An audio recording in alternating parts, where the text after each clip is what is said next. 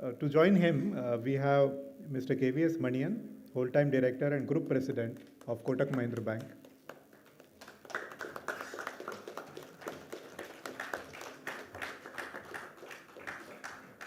So what happens when a banker joins the panel or on the stage, the average net worth goes up of the stage. Thank you, Mr. Manian. Thank you so much. उनके नाम में ही money है. Yeah, मेरे नाम में भी है, Manish. Mr. Deepak Pahwa will also join this panel. Please applaud loudly.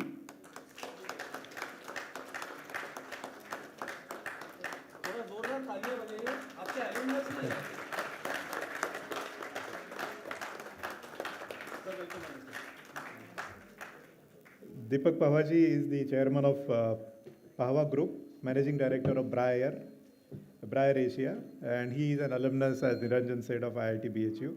He introduced dehumidification in India through his company Arctic India Sales, and subsequently he set up Bry-Air Desiccant Rotors International.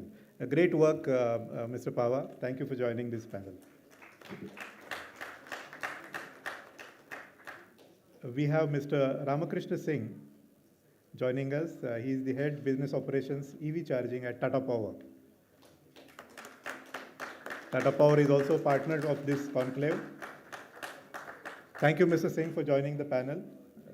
Mr. Singh is a veteran, a power sector professional and a change management expert.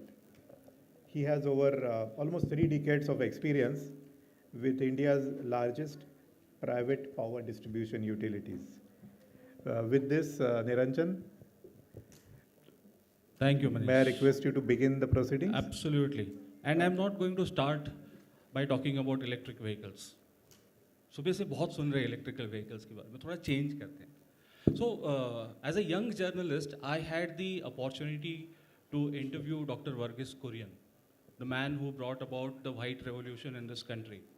And I asked him a very cliched question, sir, when you thought about Operation Flood, White Revolution, what are the kind of challenges that you faced and how did you overcome? Very typical question that a journalist would ask. He said, Niranjan, मैंने challenges के बारे में सोचा ही नहीं. I asked him infrastructure, technology, finance, human resources. He said, I did not think about it. I had a vision in my mind, I had a goal in my mind, I pursued that and it gave me success.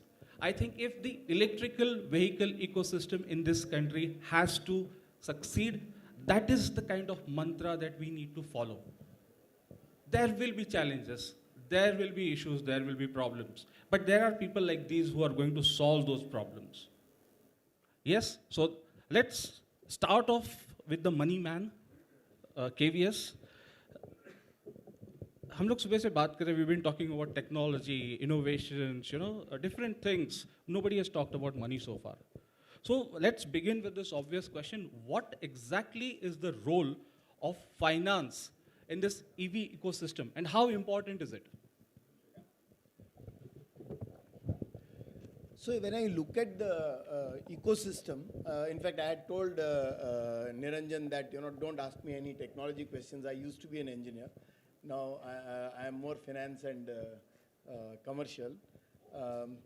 So when I look at the ecosystem, of course, the charging infra, OEMs and the consumers is obviously the core of the ecosystem.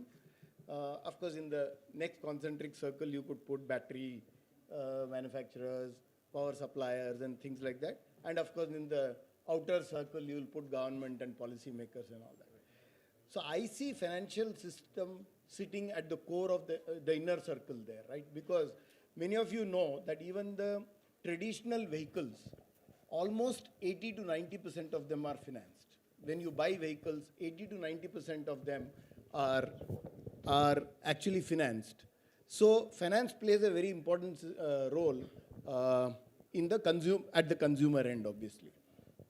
So the way I look at it is the finance system has to solve for 3 parts here. One is the EV OEMs, second is the EV consumers, and the third is what I would call the charging infrastructure. Yeah, these are the 3 places finance has a role.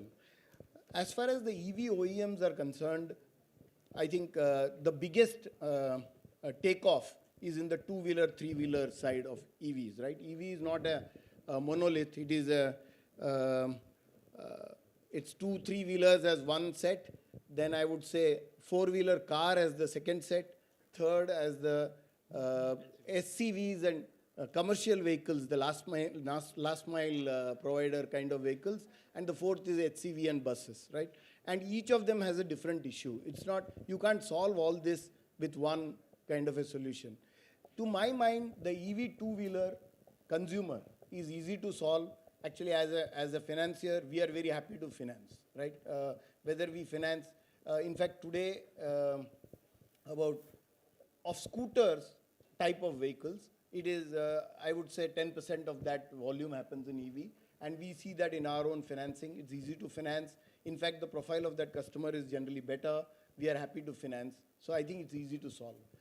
It's also easy to solve the SCVs and the last mile, because they are very commercially viable borrowers, because the asset is commercially viable, and we have always seen when you finance a viable asset, it's very easy to get money back. So it's easy to finance. Again, nothing much to solve. I think it's just getting used to higher volumes and doing them. Cars, as on today, I think the buyer is a second car or a third car buyer, and therefore the profile of the customer is very high. So we have no problem financing it, but to scale it, I don't think this is the model that will work, because the economics of the car side is not yet convincing, right? Only people who are passionate about this EV and environment are doing it. HCV, LCV is far from there. Buses will be more a government issue, can be funded. So if I look at that, OEM, consumer is easy to do, largely easy to do. The OEMs, today we have in the two-wheeler some 50 suppliers. I think in the final analysis, as a banker, when I look at a risk, not more than 5 or 10 will survive, right? So there is a huge risk there. So it's a private equity game, not a banker's lending game, right? So, but money is available. We have seen phenomenal interest of private equity players wanting to come and put money in that business. And the third is the most complex in my mind, charging infrastructure, because on that, we will talk through the session, and Mr. R.K. Singh will throw more light at it. Because it is Tata's, we will finance them. That's fine, and we do. But You are on record. yes, I am on record. That's not a problem. But I think the business model around charging and the issues around how this business will evolve, how should we model, how do we think it will evolve, is a big issue. And I think still, I would place a lot of uncertainty on that side. Yeah. So that's broadly. Let me just interrupt. Very, very well said, sir. Niranjan, there is a development. Mr. Okay. Vani Dantam, who was to join this panel, he has traveled all the way from US to India. Unfortunately, his parents are not well, so to look after them, he is currently in Andhra Pradesh, south of Vijayawada, and he would be joining this panel discussion virtually through a Zoom call. Wonderful. So Vani Dantam also is an IIT BHU alumnus. Yeah.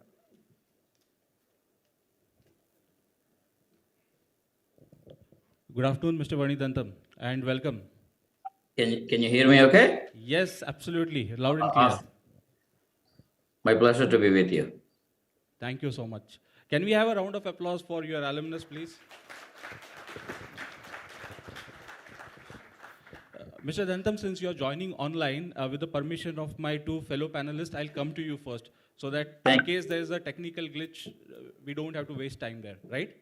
No worries. Yeah. So, Mr. Dantam, you have been in the charging infrastructure business or segment for more than 15 years. You worked across 4 different companies. But today, charging infrastructure is one of the biggest pain points for this industry. So, It is. what kind of challenges do you foresee, particularly in the ecosystem of India? I know you're based out of US, but what is your perspective about the Indian charging infrastructure, and how can we overcome these challenges? Interestingly, the difficulties that we face with regard to the charging infrastructure are very similar, both in the US and India.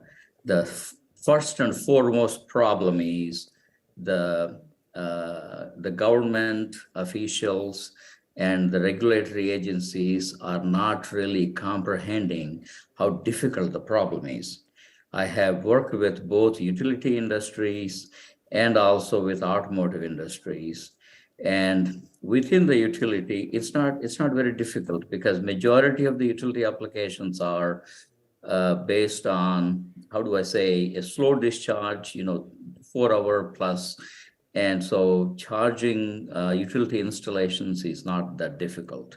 The two applications where the battery charging becomes much more, how do I say, hectic is frequency regulation applications and also buffering applications if the batteries happen to be discharged, because they need to respond very fast. And if you take the automotive applications and divide that again into what do you call two-wheelers, three-wheelers, and also four-wheelers, and then commercial vehicles and buses or specialty vehicles, you'll talk about golf carts and industrial vehicles. The most difficult problem is going to be passenger vehicles.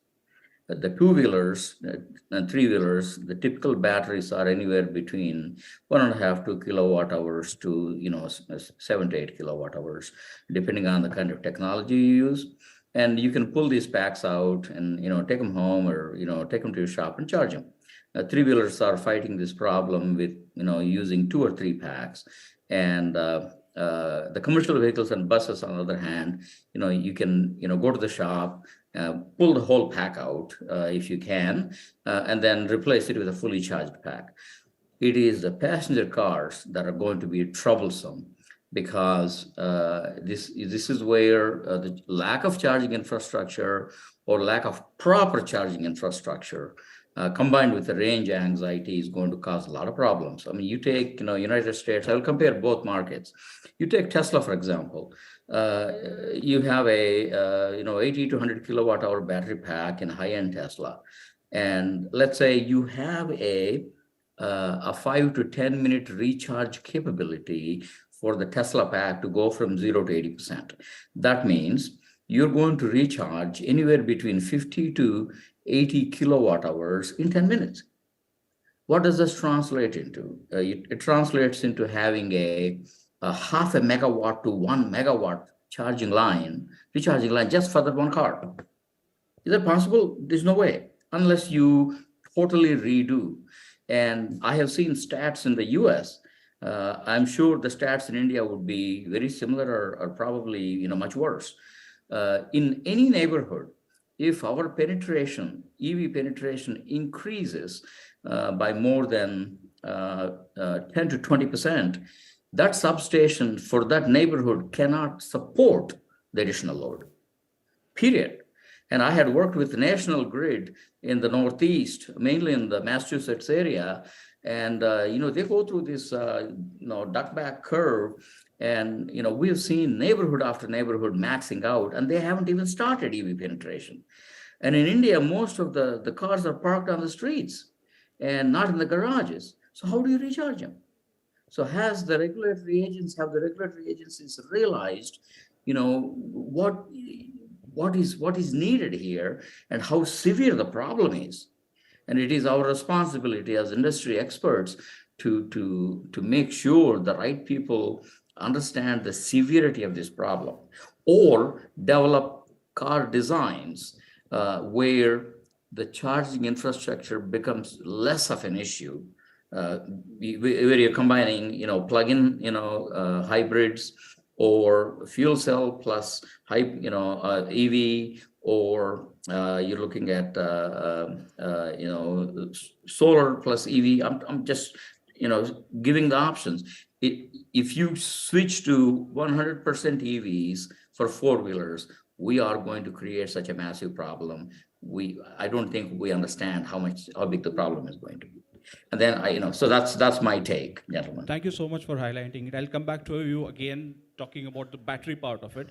But since Sure. you raised a very pertinent question about the capacity of the power infrastructure in the country to support the growth of the EV system, let me talk to the right person here, Mr. R.K. Singh from Tata Power. Yeah. very important point that he noted is that if there is a 10% growth, our substations will collapse. So what is your viewpoint, or rather your comment on this point? As a power industry, are we ready to face that kind of growth in the EV sector?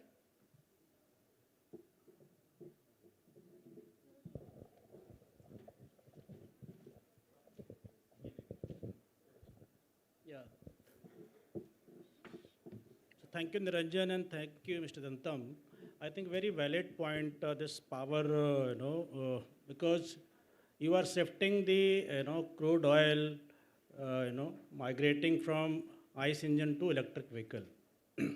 So India has targeted by 2030, they want to have 30% penetration of electric vehicle.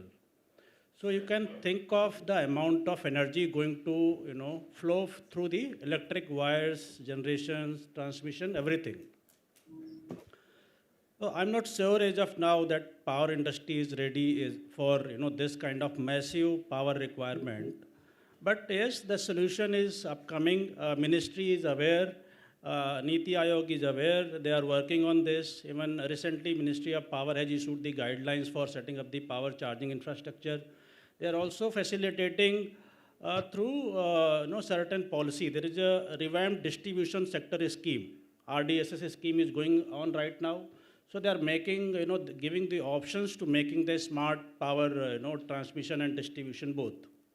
So through technology intervention and innovation into the power sector, I think this need can be addressed very well.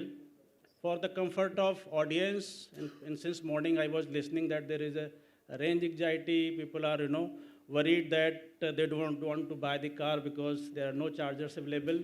So for information of all of you, the Tata Power has set up almost 3,000 plus charging stations across India. You can travel from Kashmir to Kanyakumari. You can travel from Arunachal Pradesh to the Porbandar. You will find the charging stations across the roads, all major highways. So we plan to cover all major highways, state highways in years to come. So we are present into the home charging solutions, public charging solutions, fleet charging solutions, and bus charging solutions. So as of now, around next financial year, we would be adding another 4,000 plus charging stations. And by 25, we would be adding total charging points around 15,000, in the range of 15,000 or so.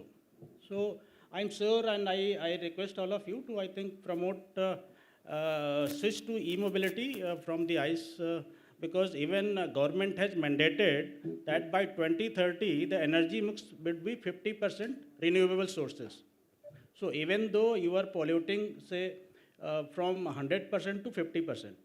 So whether it is, and also that particulate matters and NOx emissions to the dense areas, thickly populated areas, Mumbai, Delhi, Chennai, it would get eliminated at least in the range of 70 to 80% as per the KVS study of 21 report. So it is a very valid, I think, point to migrate from ICE to these electric vehicles. Thank you, Mr. Singh. Mr. Pahwa, first of all, tell me, how does it feel to be amongst your, university mates, classmates, and your friends? Very good. In fact, it's always a pleasure to be amongst them. And If your charges no, this is That's fine. working. Yeah, okay. Yeah. And I think today's conclave has been very well put together. Excellent. And Sanjeev and you and the whole team has done a great job. He was running this idea past me a few months ago, and he's worked, and everyone's worked so hard to make it successful. That's what I can say. Thank you so much for that. So I have a question for you. You are a pioneer when it comes to developing indigenous technology. So are you doing something when it comes to development of the right kind of battery, or at least provide a support system to the battery manufacturers in this country? Okay. Before I answer that, I think I'd like to give a little bit of an overview on a few things. First, I have this word anxiety since morning, since I was traveling from Rajasthan today. I've heard the word anxiety when this whole program was live several times. Very interesting. Normally, I've never heard this a word used so often as it is in the context of EV. I bought 2 EV cars last month. I had no anxiety. I had no anxiety at all. However, I went to Rajasthan on Sunday, and from 100% charge, it dropped to 31% charge by the time I reached my destination. And I was a little bit anxious, but fortunately they had a charging station there, and then that was Tata Power. I struggled a lot because I don't know how to pay electronically. My wife does all that. So I managed to somehow overcome that challenge with good handholding provided by Tata Power. It was a good experience. Everything went well, and I got back in time for our program today. So I think the charging infrastructure is beginning to take shape. It's not very complicated. For the uninitiated, for the first charge, it will be there, but all good. Second thing I would like to tell you all a name. Please make a note of this name. The name is Tony Seba. T-O-N-Y, Seba. Many of you might have heard of him. If not, just make a note, Google, and see if you have a presentation from him for 1 hour. In 2017, he made that. Excellent presentation. It'll make you, totally you'll be spellbound by that. In that, he starts with an opening slide showing Times Square, where there were horse-driven carriages, exactly 100 years ago. And it shows in about 10 years, there were only cars and no horse-driven carriages there. This is the level of transformation that took place in Times Square in the United States 100 years ago in a span of 10 years. I think we have to ask ourselves, are we facing something similar? Are we looking at something similar? There will be concerns, there will be consternations, there will be hurdles, there will be challenges, but I think we could be looking at something similar. There will be many, many things which are being discussed and will be discussed. And in that particular presentation in 1 hour, he talks a lot about autonomous cars. Autonomous cars are probably a little bit not as close as he predicted, but I think we'll be getting there. So there is a lot which will change in the landscape, which are the disruptors in autonomous cars, flying cars, which are not very far away. So we'll see how this whole thing pans out. There's a lot interesting happening. Now, the topic for today was new innovations in battery technology. And I was wondering why have I been called into that? Because I have very little directly to do in terms of battery technology, but I spoke to a couple of good friends in this industry. And I will telescope from there down to where I'm connected with the battery technology. So in telescoping that, I made a few notes. Lithium cobalt battery was first produced in 1991 by Sony in Japan, and the Nobel Prize winner in chemistry was given to Good Enough and shared with Akira Yoshino and Whittingham. That gentleman is still alive. He's 100 years old plus, but he is credited with that. Now, the technologies that have taken off are lithium cobalt oxide and lithium iron phosphate, which we have been referring to as LFP. Now,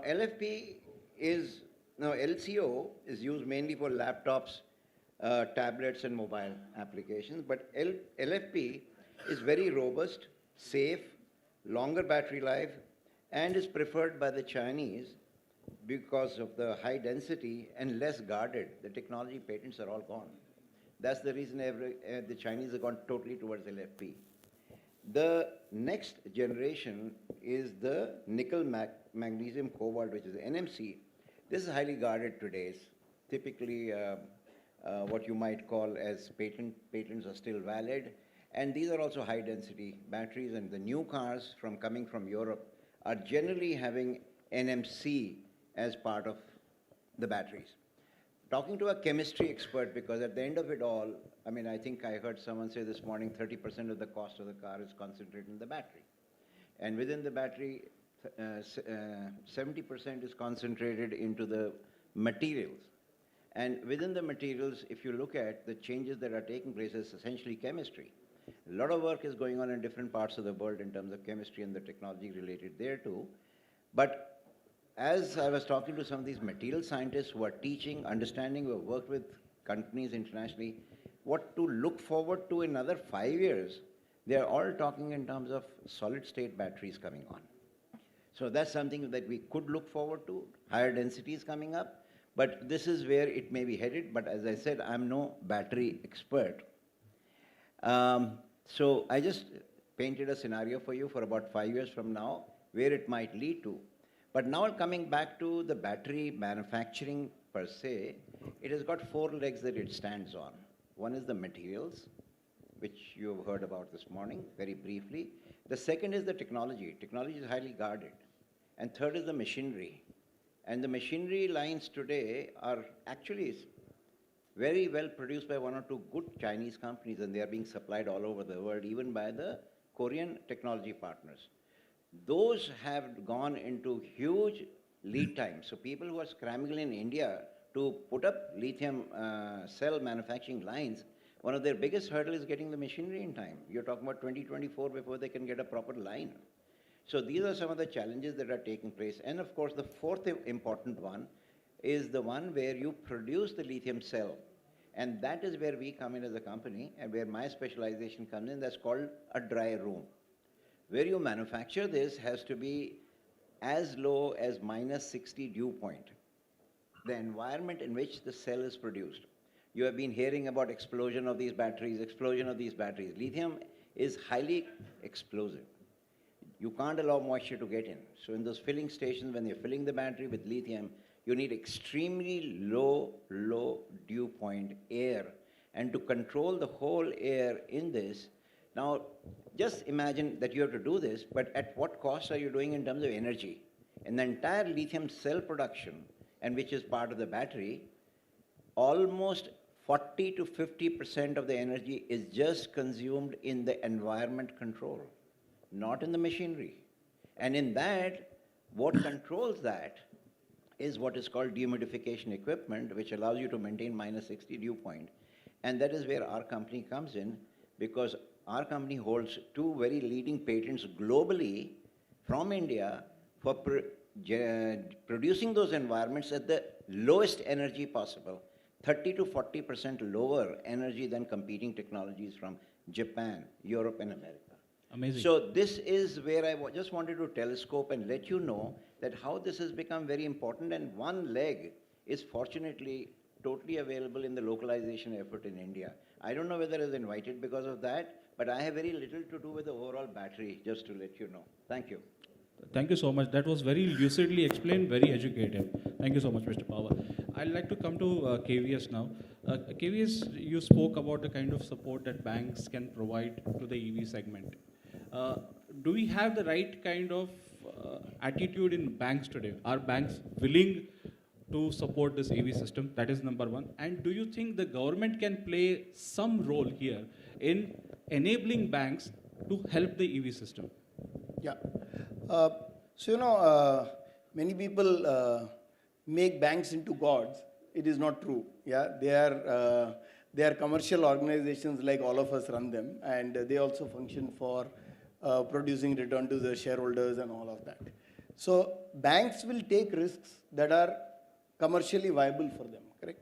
And if many times in an evolving situation, the business is not commercially viable, or it is not visibly commercially viable.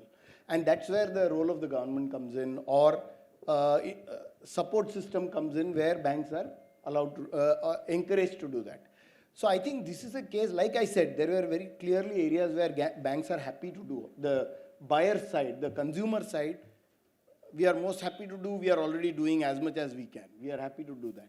And I also told you that OEM side, it's difficult for banks to do because it's an equity risk. If 10 out of the 50 are going to survive, we are not going to put depositors' money into that, right? That is an equity play. The charging infrastructure, I feel that, bankers still don't understand the business model, because there are doubts about whether it is going to be swapping, it's going to be charging, it's going to, nobody knows what the revenue models are going to be. So in this situation, in my mind, there are a few things the government and regulators can together do along with the banks. One is, that Reserve Bank and the government together create what they call the priority sector lending benefit to the banks, right? They get some benefits of doing, they are required to do priority sector. So if you classify these loans as priority sector, banks will do more of this because they have an obligation to do. So that's a regulatory intervention. Similarly, there can be interventions like subsidies, carbon credits for these as you, so, you know, when exports, there was a time when banks used to get export subsidies. So if I lend to you at 8% or 6%, RBI used to give us 2%, and therefore it used to help us price it lower. Or risk sharing mechanism, like in the COVID times, government did for the MSME sector, where they, the ECLGS scheme, where they took risks and they said, okay, we will underwrite some portion of that. So the risk sharing mechanism can be created. They can create pools of capital which can be given tax benefits, right? So if I invest in the EV, we talked about the equity investments required in whether charging or in OEMs. If I invest in that, if that gains are taxed less or things like that, tax benefits can be given.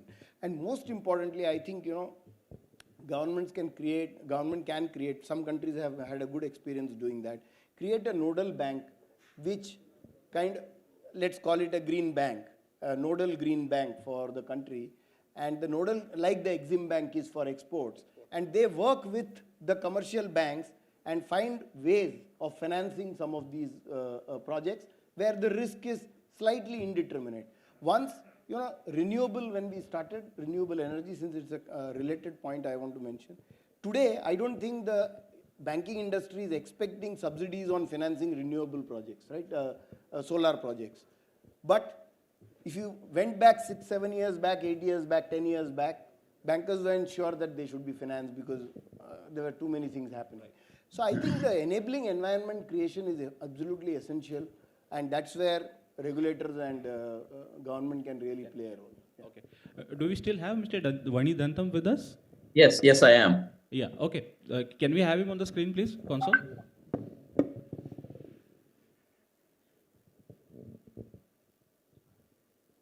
Okay, well, they're getting him on the screen. I can hear you. Yeah, sure. I'll go ahead and ask my question. Mr. Pahwa very elaborately explained the challenges as far as battery manufacturing and innovations in battery technology is concerned. As an expert in this industry, you've been working in this industry for the 15 years. What is it that we can expect from the battery manufacturers going ahead? Is the problem going to be solved? He mentioned about the anxiety that most of the customers feel. Can we overcome this anxiety from the industry point of view? Good question. Good question. I actually wanted to comment on both what Mr. Singh has said about the charging stations and what Mr. Pahwa has mentioned. It is easy to build charging stations, but it is not easy to power them. We have to make sure, as we have more charging stations, they are powered amply, number one. So that is where the power supply comes. And what Mr. Pahwa was saying with regards to technology, I agree with him 100%. It is extremely power-hungry manufacturing industry. And if we look at the way the lithium cells are made today, the electrodes are made, Sony and Panasonic did most of the work. And I don't know how many of you have seen a VCR tape manufacturing plant. I have. And when VCR tapes have gone the way of the dinosaurs, they actually adopted this equipment for the pasting lines of lithium-ion batteries. And the pasting lines are very long, very power-hungry, and we all heard what Mr. Pahwa said. There is a lot of work going on now to cut this down to size. I have seen technologies now in development. They will be out in the market in the next 2-3 years. The new pasting lines will be about 1/10 the size of what we are used to. And they will not require dry rooms. And so the power consumption for the plant is going to go down by more than 60-70%. And also, because of their size, the overall CapEx budgets and the plant construction budgets are going to go down drastically. And that means we don't have to build gigaplants anymore. Currently, the break-even volumes for a plant are in the 2 to 3 gigawatt hour range. That can be brought down to 500 megawatt hours to 1 gigawatt hour. Imagine that. And also, what Mr. Pahwa was saying was about, having all this oxygen, right? There are new technologies where we can eliminate oxygen completely within the cell, because that's what sustains the thermal runaway. Because when the separator melts and the anode and cathode short out, the temperature goes up a lot, and your cathode is supplying all the oxygen because it has lithium oxide, manganese oxide, nickel oxide, cobalt oxide, and your anode has carbon, and you have fireworks. You go to technologies like lithium sulfur, where there is no oxygen inside. The company I work for, we specialize in lithium sulfur. So we do not have thermal runaway. And the cells are already certified for 65 degrees Celsius ambient. And so when you look at these technologies like that, for countries like India, where ambient operating temperatures are very high, these are very apt. So where is the technology heading down the road? Slowly but surely, we will eliminate nickel and cobalt first, followed by lithium oxide also, because currently lithium price is extremely turbulent. We all know that. And on a go-forward basis, we'll probably see the market getting segmented a lot more, depending on the application. And we all heard of sodium ion technologies, right? Utilities will probably switch to sodium ion very rapidly because extremely high life. You're talking about 4,000 to 5,000 cycles. The energy density levels are low, 150 watt hours per kilogram, but they're getting close to 200, which is very similar to LFP. Now you take the other side, automotive applications, you need to shrink the package. Tesla. The Tesla pack volume in the Model S is 350 liters. Out of this 350, what percentage does Tesla use to put batteries? The volume that Tesla uses is 33%. That means 67% of the Tesla pack is non-productive. And majority of the volume is controlled by cooling systems. If you can eliminate that need for that very heavy cooling system, then you can put more batteries or shrink the battery pack. And that's where technologies like lithium sulfur come in. And not only that, lithium sulfur has very high potential. The energy density levels can be very high. We're just scratching the surface. We're at the bottom rung of lithium sulfur energy density capability. The theoretical limit is over 2,500 watt hours per kilogram. We're only operating right now at 350 to 400 in our company. So imagine the room to grow. So all of this, it's very exciting area. The market is going to get segmented depending on the application and depending on the safety requirements. But there are some things that are going to be obsoleted, which is the current way of producing cells and electrodes, and the current way of assembling the cells, and the current way of building the plants. The overall goal is to reduce the break-even point so more plants can be built instead of very large few plants. And number two, the safety of the batteries have to increase, and depending on the application again. So that's what I anticipate on a go-forward basis. So you are expecting a huge paradigm shift in what's happening right now. It's not going to stay the way. Okay. Yeah. Yes, I do. R.K. Singh ji, a quick question for you. Pahwa ji ne bataya ki he had a very wonderful journey from Rajasthan to Delhi today afternoon, and he did not have any anxiety because of the charging infrastructure created by Tata Power. So that's actually a commendation for you. So can we expect that kind of charging infrastructure across the country, and by when? Yeah, that is what I said, that right now we are ensuring that anybody traveling from Kashmir to Kanyakumari or from Arunachal Pradesh to Porbandar, and including Golden Quadrilateral. So we are covering these entire major highways. Apart from, we are working as of now around 100 plus highways to ensure that every 100 kilometer in first phase, every 100 kilometer we have a charging stations, And then in the next phase, we may go for every 50 kilometers. So that is the kind of plan we are coming up to ensure that the kind of range anxiety people talk about get eliminated completely. Okay, sure. Quickly, sir. Quickly, I'd like to add here. Interestingly, when I was trying to reach out to Tata Power, I was told to go to 1-800 line, and I did. That gentleman, whoever it was, he was not very fancy speaking, but he took me diligently, patiently, step by step, downloading the app and telling me now go to this part of the screen, this part of the screen, until I reached my end point. And this was my first effort, and he says, "Ye pehla effort mushkil hoga, uske baad bahut aasan hoga. Next time you want to recharge." But go through the whole process, and they were very patient and good. That's all that I can say to it. Thank you, Mr. Let's have Pahwa, a for the round of compliment. applause for that.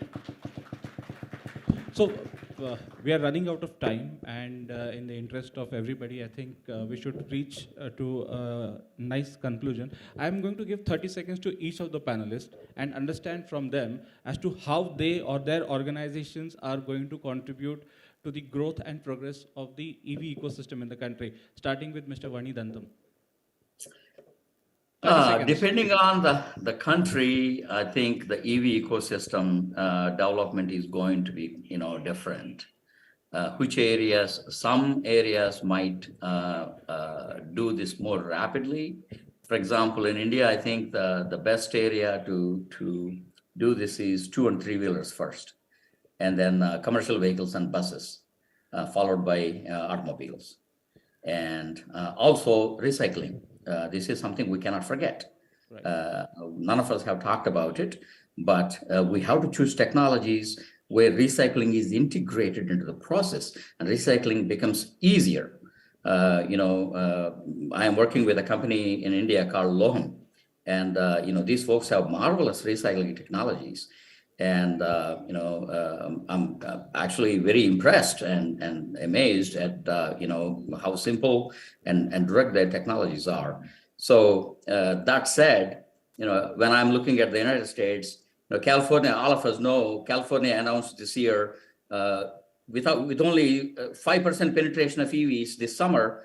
They said, please don't charge EVs because we don't have enough power online. So this is something we have to pay attention to. Right. So what happens if EV penetration goes to 20%? This is something all of us need to think about. Yes. R.K. Singh ji?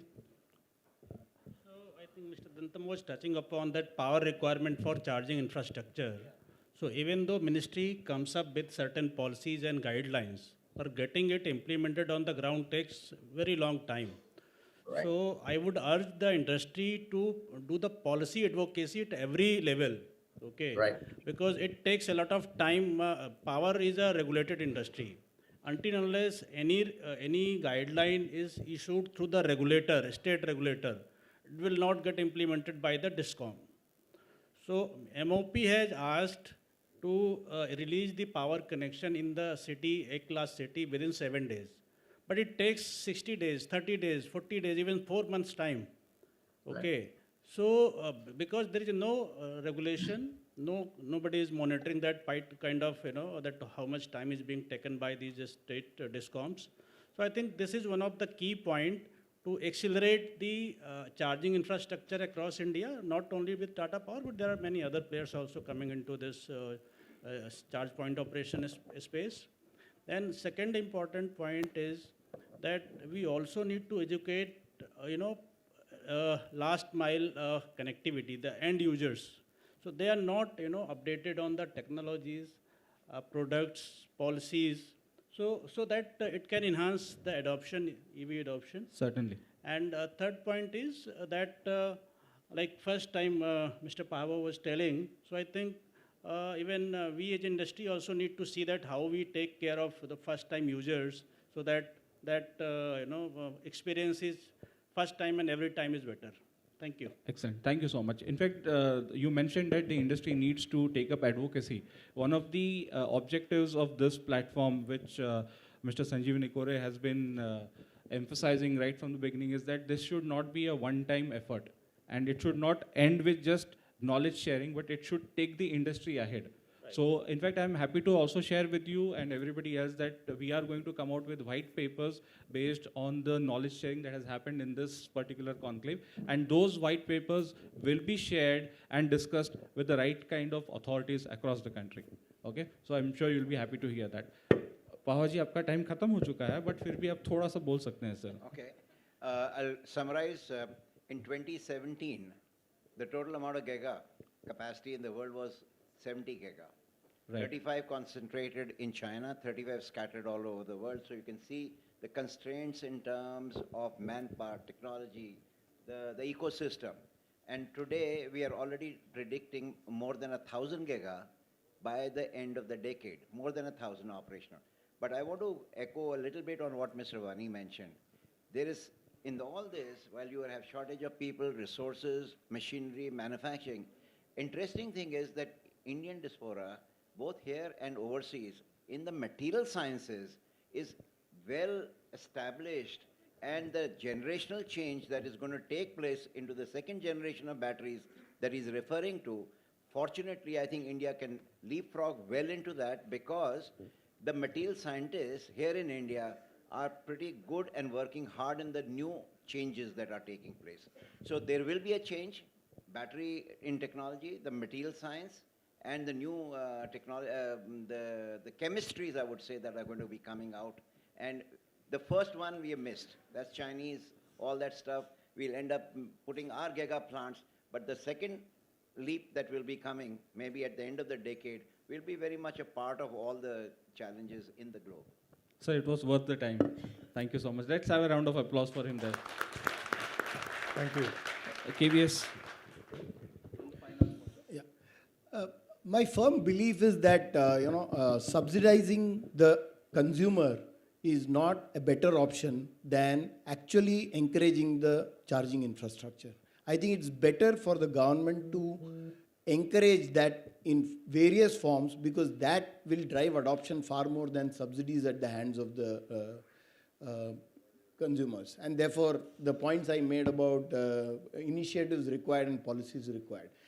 The more important thing, coming to the advocacy thing, I think advocacy at the right time is also important.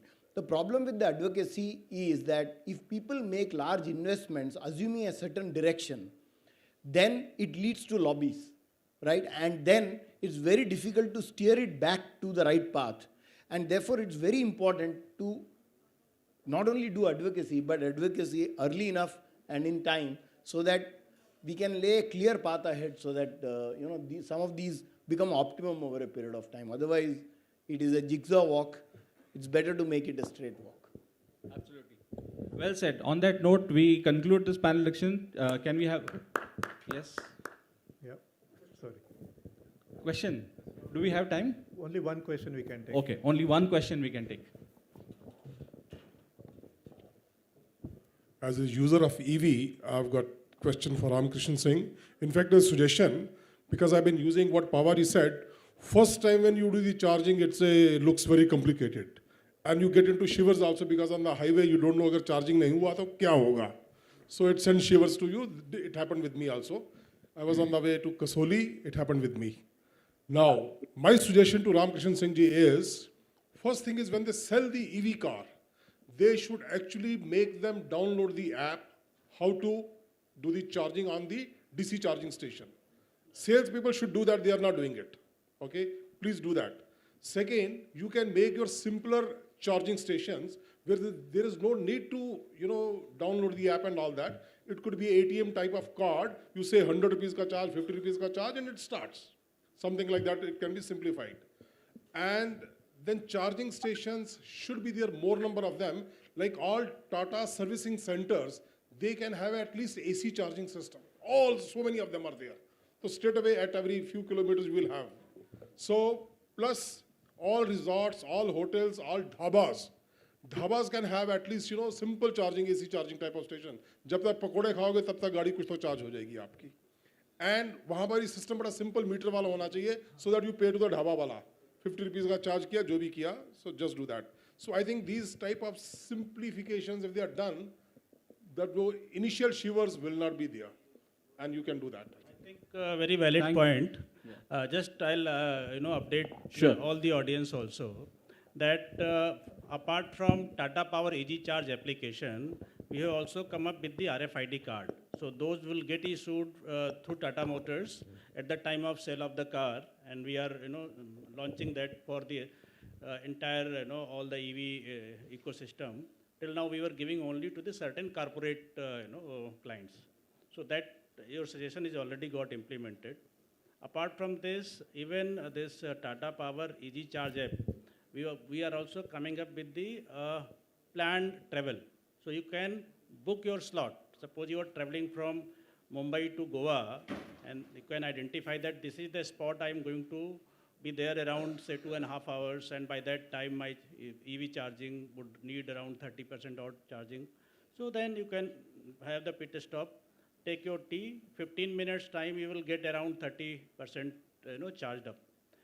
And third part is we are covering most of our Taj group of hotels. We are also all the Tata Motor dealership. You will find fast charger as well as slow chargers.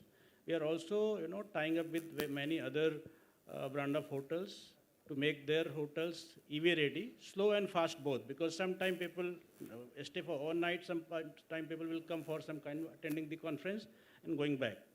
So that all your three suggestions are getting implemented. Thank you. Thank you. While he asked for the mic saying that he had a question, he actually had some half-baked answer, which were fully baked by Mr. R.K. Singh. Thank you so much. Thank you so much. We'll take it offline. We'll if take you it don't offline, mind, please. We are running short of time. No, we have other sessions. Ek le le. Absolutely. That's a good point. It's a question around financing, and it links to the broader battery ecosystem. I was a founder before in commercial logistics, and I'm looking at EV for commercial logistics. EV financing at the very core is underwriting batteries because it's half the value, and that's what nobody understands. Hearing this panel, we are living in a VUCA world around battery technology. There is lithium, there is NMC, there is lithium sulfur. In drones, there is graphene. Fundamentally, it's becoming about understanding battery technology and being able to predict the price of these batteries at a time t. Is that thesis right? Because we have financiers here, we have deep tech battery experts. And given the volatility in how these technologies are evolving, it's essentially a commodity pricing game. What will be the price of lithium 5 years from now, right? So just want to understand from experts on the panel, how should one think about financing underwriting in this? So you are right partly that it is because 30 to 40% of the cost is battery. But just now, many of the manufacturers are giving guarantees for a period, right? It's 7 years, 8 years, whatever. So that helps the risk. That is one. Second, just remember one thing. When a normal car was, IC car was being financed, the wear and tear of the car was very high, right? So the resale value of cars was largely deteriorating because of wear and tear. Usage. In this, it is battery which is deteriorating the resale value, right? Rest of the body is not deteriorating as fast as the IC car does. So there is some counterbalancing. I think it is still, as financiers, like I said, we have made a call. We finance EVs at the same rate, not at beneficial rates, but at the same rates that we finance normal cars. I think it's a risk worth taking. Just now, of course, like I said, the customer profile is also good. But, we also expect that this battery over a period of time will get resolved. As on today, personally, I don't see a big risk in that. Some deterioration in battery, we should assume that in 3-4 years, in the worst case situation, in 3-4 years, if the entire battery is to be replaced, still 50-60% of the value is still retained by the car, right? In terms of resale.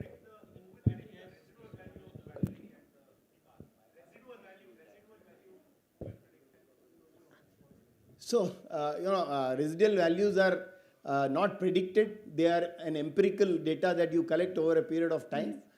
Similarly, you will collect over a period of time empirical data on resale value, but I expect it, like I said, I don't expect it to be much worse than the ICE cars. Yeah. Thank you, sir. Okay, can we have a round of applause for all the panelists here as well as Mr. Vani Dantam, who has joined us from Andhra Pradesh. Thank you so much, Niranjan. Thank you. Please applaud loudly. And as I said, 27 calories per minute. But if you had jalebi, you can applaud for 1 more minute.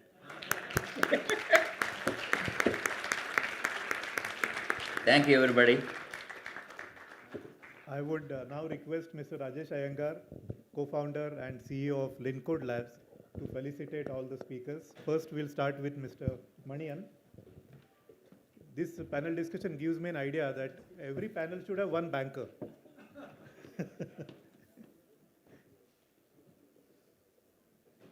Thank you, Mr. Manian. Thank you so much.